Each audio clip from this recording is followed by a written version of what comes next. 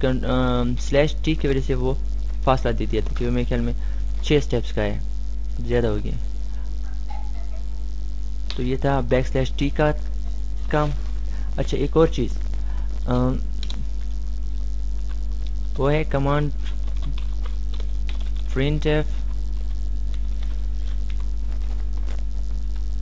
Back slash کے بعد back slash. تو یہ بیک سلیش پرنٹ کرے گا. دیکھیں بیک سلیش پرنٹ ہوا پڑا ہے. اور اگر یہاں پر ہم دینا چاہیں ڈبل سنگل کوٹس تو سنگل کوٹ پرنٹ کرے گا، اور اگر ڈبل کوٹس تو یہ ڈبل کوٹس پرنٹ کرے گا. بیک سلیش کے بعد ہم نے جو کریکٹر دینا ہے لائک جو کہ ویسے ہی موجود نہیں ہوتے. دیکھیں اگر ہم ڈبل کوٹس دے دیتے تو وہ کہے گا کہ یہ ڈبل کوٹس کیا ہیں. لائک ہم اس کو بیک سلیش ختم کر دیتے ہیں تو ڈبل کوٹس دیکھیں ایرر دے دیا ہے کیونکہ وہ 3 ڈبل کوٹس استعمال ہوئے ہیں F6 پروگرام میں واپس آنے کے لیے. تو ڈبل کوٹس پرنٹ کرنے کا یہ طریقہ ہے بیک سلیش ڈبل کوٹس. اچھا ایک پروگرام بناتے ہیں.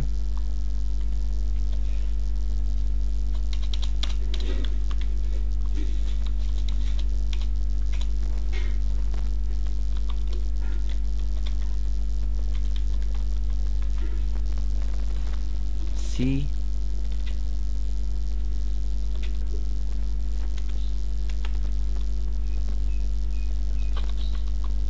Turbo C2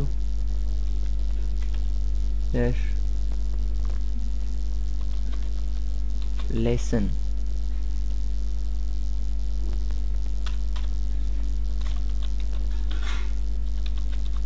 is invalid. Run کرتے ہیں کنٹرول F9. دیکھیں یہ کہ یہ اس طرح ہم اس کو شو کریں گے C colon back slash turbo C colon back slash lesson directories invalid. یہ تھی کچھ ایگزامپلس. اچھا اب میں آپ کو ایک اور چیز بتاتا ہوں کہ سی میں کمنٹس کس طرح دیے جاتے ہیں. تو کمنٹس کمپائلر کمنٹس کو رن نہیں کرتا ہے. یہ صرف پروگرامرز کی سہولت کے لیے ہوتے ہیں تاکہ انہیں پتہ چل سکے کہ یہ فلانا جو فنکشن یوز ہوا پڑے یا کمانڈ یوز ہوا پڑے اس کا کیا کام ہے. لائک اب یہ پرنٹ ایف اس کے ساتھ لکھتے ہیں ہم. اور سی میں کمنٹس لکھنے کا طریقہ یہ ہے کہ slash star this is new line command star slash run کرتے ہیں. دیکھیں وہ جو میں نے لکھا تھا this is new line command وہ اس نے اس کو رن نہیں کیا کیونکہ یہ صرف ہماری سہولت کے لیے ہوتا ہے تاکہ ہمیں پتہ چل سکے کہ یہ جو میں نے کمانڈ یوز کی ہے اس کا کیا کام ہے. اور اگر میں اس کو میں نے یہاں بند کر دیا نا، اگر میں اس کو یہاں بند کر دیتا ہوں تو کمپائلر اس سلیش اسٹار سے لے کر اس سلیش اسٹار تک سب کو ایک کمنٹ ہی سمجھے گا. جیسے میں اس کو رن کرتا ہوں تو دیکھیں اسکرین پر کچھ نہیں آ رہا ہے اور صرف وہ نیو لائن آئی جو کہ میں نے یہاں کمانڈ دی تھی اور باقی کو اس نے کمنٹ کے طور پر ہی اپنے اندر کمنٹ کے طور پر ہی شو کیا ہے. سو یہ تھا ہمارا پروگرام. امید ہے آپ سمجھ گئے ہوں گے. اگر کچھ سمجھ نہ آئی ہو تو آپ کمنٹس کریں تاکہ میں آپ کو بتا سکوں، کیونکہ چونکہ میں ٹیچر نہیں ہوں سو پہلے سے تو مجھے بھی پتہ نہیں چل سکتا کہ کیا آپ کی ریکوائرمنٹس ہیں. اچھا ہاں میں نے آپ کے لیے کچھ ایگزامپلس بنائی ہیں، کچھ ایکسرسائز، تو امید ہے آپ ان کو سالو کر لیں گے. یہ ہے پہلی ایکسرسائز. اس میں آپ نے اپنا نام لکھنا ہے یہاں نیو یور نیم کی جگہ پر. دوسری ایکسرسائز اس میں 2 لائنیں چھوڑ کر اور مڈل میں اپنا نام لکھنا ہے. تیسری ایکسرسائز اس کو علیحدہ پرنٹ ایف اسٹیٹمنٹ کے ساتھ لکھنا ہے اور پھر اسی پروگرام کو ایک ہی پرنٹ ایف اسٹیٹمنٹ میں لکھنا ہے اور یہ رزلٹ اس کا پھر بھی ایسے ہی آئے. یہ ایک اور پروگرام ہے، یہ لکھنا ہے اور اسی کو دوبارہ پھر علیحدہ پرنٹ ایف اسٹیٹمنٹ کے ساتھ بھی لکھنا ہے. ایک یہ پروگرام ہے اور ایک یہ ہے اس طرح کیلنڈر بنانا ہے. تو امید ہے آپ لوگ بنا لیں گے کہ اتنی مشکل نہیں ہے. اگر پھر بھی کوئی پرابلم ہو تو میں آپ کو ان کی ایکسرسائز ان کے کورس بھی بتا دوں گا، بلکہ یہیں پر ہی بتا